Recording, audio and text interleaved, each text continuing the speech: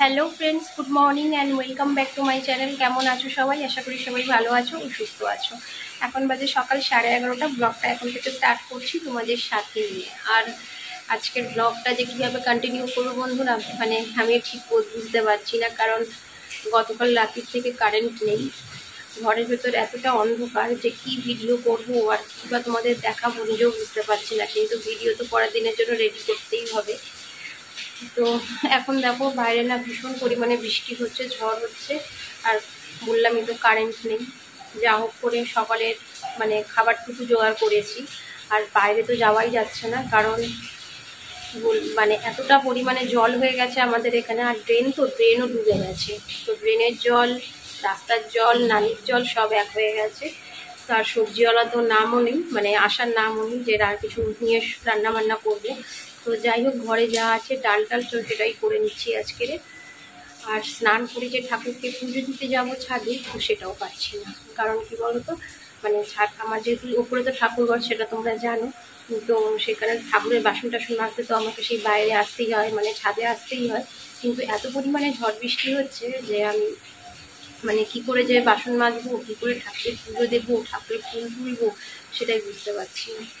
তো চলো তোমরা সঙ্গে থাকো আর ভিডিওটা পুরো দেখতে থাকো। আর চলে আসলাম রান্নাঘরে বন্ধুরা। রান্নাঘরে যা একটু আলো আছে, কারণ এইদিকে জানলাটা রান্নাঘরের জানলাটা আমি খুলেছি, তো তাই তোমাদের রান্নাটুকু অন্তত একটু দেখাতে পারবো। আর জানালা না দুই দিকের খুলতে পারছি না, কারণ ভীষণ পরিমাণে হাওয়া আসছে জানলা দিয়ে, আর আমার গ্যাসটা না বারবার নিভে যাচ্ছে। তো যতটা পারছি বন্ধুরা ভিডিওটা তোমাদের সাথে কন্টিনিউ করছি। আর এই যে দেখো, ডালটা হয়ে যাওয়ার পর একটু গরম জলের মধ্যে নুন দিয়ে এই আলুগুলোকে একটু সিদ্ধ করে নেব, কারণ এটাকে একটু আজকে অন্যভাবে ফ্রাই করব বন্ধুরা। প্রতিদিনই তো আলু ভাজা খেয়ে থাকি, তো সেটা না ভালো লাগে না। আর ওইদিকে ছোটো গ্যাসটাই ভাত বসিয়েছি, আর এদিকের গ্যাসটায় না দুধ চাল দিয়ে নিচ্ছি। ভেবেছিলাম বন্ধুরা যে আজকে দুধ দিয়ে যাবে না, কারণ বাইরে ভীষণ তো ঝড় বৃষ্টি হচ্ছে সেই কারণে। কিন্তু না, যিনি দুধ দেন তো তিনি সকাল সকালই না আজকে দুধটা দিয়ে গেছে। তো যাই হোক, এখন দেখো আলুগুলো সিদ্ধ হয়ে যাওয়ার পর এর মধ্যে সামান্য একটু কর্নফ্লাওয়ার দিচ্ছি। আর এতে নুন আমি এখন অ্যাড করবো না, কারণ যেহেতু আমি যখন আলুটা সিদ্ধ করেছিলাম ওই জলের মধ্যে নুন দিয়েছিলাম। আর এখন দেখো এটাকে একটু ভালো করে মিক্সও করে নিচ্ছি। আর এর মধ্যে বন্ধুরা দু তিনটে বলতে একরকমই মশলা দেব, একটু ধনে গুঁড়ো আর একটু জিরে গুঁড়ো সামান্য দিয়ে। আর এই যে দেখো এখন গরম তেলের মধ্যে ছেড়ে দিলাম। তেলটা কিন্তু অবশ্যই গরম হতে হবে, তারপরে ছাড়তে হবে। তো এইভাবেই এখন এগুলোকে এক কোট ভেজে নেব। এটাকে না আমি দুবার করে ভাজবো। ধরো এই যে একবার ভেজে নিচ্ছি, তারপরেও এটা ঠান্ডা করার পর আবার একবার ভাজবো, তাহলে না এটা খুব সুন্দর মুচমুচে থাকে আর গরম ভাতের সাথে খেতে খুবই ভালো লাগে। তো অ্যাকচুয়ালি এটাকে আলুর ফ্রেঞ্চ ফ্রাই বলে। তো কি বলো তো, আমার কাছে তো সেরকম কিছু অ্যাভেলেবেল নেই, তাই আমি নামটাও দিতে একটু কেমন আমার লাগছে, কিন্তু আলুর ফ্রেঞ্চ ফ্রাই বলে এটাকে। তোমরা যারা খেয়েছো তারা নিশ্চয়ই জানো।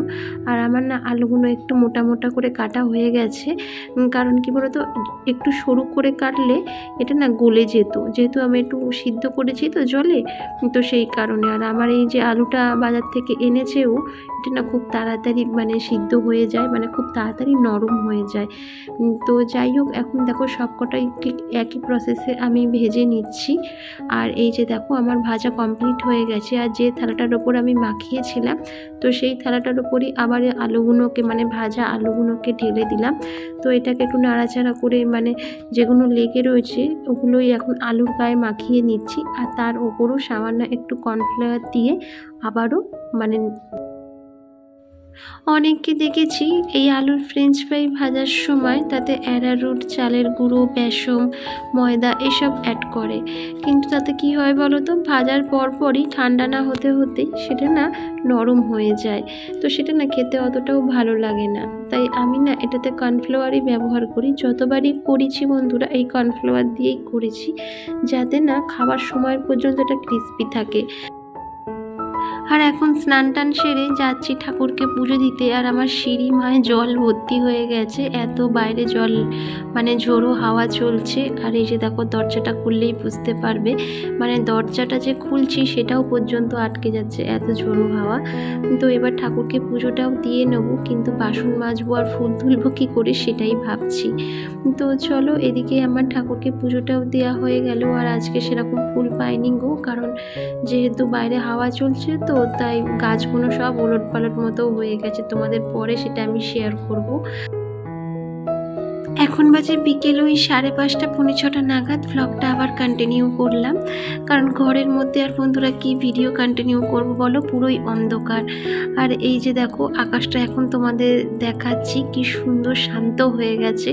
দুপুরবেলা পর্যন্ত এত ঝড় বৃষ্টি হচ্ছিল যে আকাশটাকে চেনাই যাচ্ছিল না, কিন্তু এখন বিকেলবেলায় এসে আকাশের রূপ পুরো অন্যরকম। আকাশের দিকে একটু ভালো করে লক্ষ্য করলেই বুঝতে পারবে যে মেঘগুলো সারিবদ্ধভাবে পশ্চিম দিক থেকে পূর্ব দিকে চলেছে। তো কি ভালো লাগছে না দেখতে। তো যাই হোক, আপাতত তো ঝড়টা কমেছে, আর ঝড়টা কমলেই না অনেক, বৃষ্টি যতই হোক না কেন বন্ধুরা, কিন্তু ঝড়টাতে না ভীষণ পরিমাণে ক্ষতিগ্রস্ত করে সব কিছু। যেমন আমরা তো পাকা বাড়িতে রয়েছি, কিন্তু যাদের মাটির ঘর, টিনের ঘর, অ্যালবেস্টারের চাল, তো তাদের না ভীষণ পরিমাণে ক্ষতিগ্রস্ত হয়। আর এই যে দেখো আমার অ্যালোভেরা গাছগুলো সবই এইভাবে মানে ওলট পালট সব কিছু হয়ে গেছে প্রায় একদিনের ঝড়ে। আর এই যে দেখো লেবু গাছের গোড়ায় কত জল জমেছে। তো যাই হোক, কালকের সব কিছু ঠিক করতে হবে। এখন তো আর কিছু ঠিক করার মতো নয়, কারণ এখন প্রায় সন্ধে হতেই গেল। আর এই যে দেখো কারেন্ট আসতে গিয়ে আমি ছেলেকে নিয়ে বসে পড়েছি পড়াতে, কারণ ও না কালকের থেকেই পড়তে বসছে না। কারণ কি বলতো, কালকের থেকেই আমাদের এখানে কারেন্ট নেই। এই বৃষ্টি থামতে কিছুক্ষণ আগে জাস্ট কারেন্ট আসলো। তো যাই হোক, এখন দেখো ছেলেকে নিয়েও একটু পড়তে বসিয়েছি। আর ভিডিওটা বন্ধুরা আজকের আর বেশি বড় করলাম না, অনেকটাই ছোট ভিডিও বানালাম আজকের, কারণ দেখলেই তো পরিস্থিতি কীরকম। তো যদি তোমাদের ভিডিওটা একটুও ভালো লেগে থাকে তো please like, share and comment করো। তো দেখা হচ্ছে নেক্সট ব্লগে।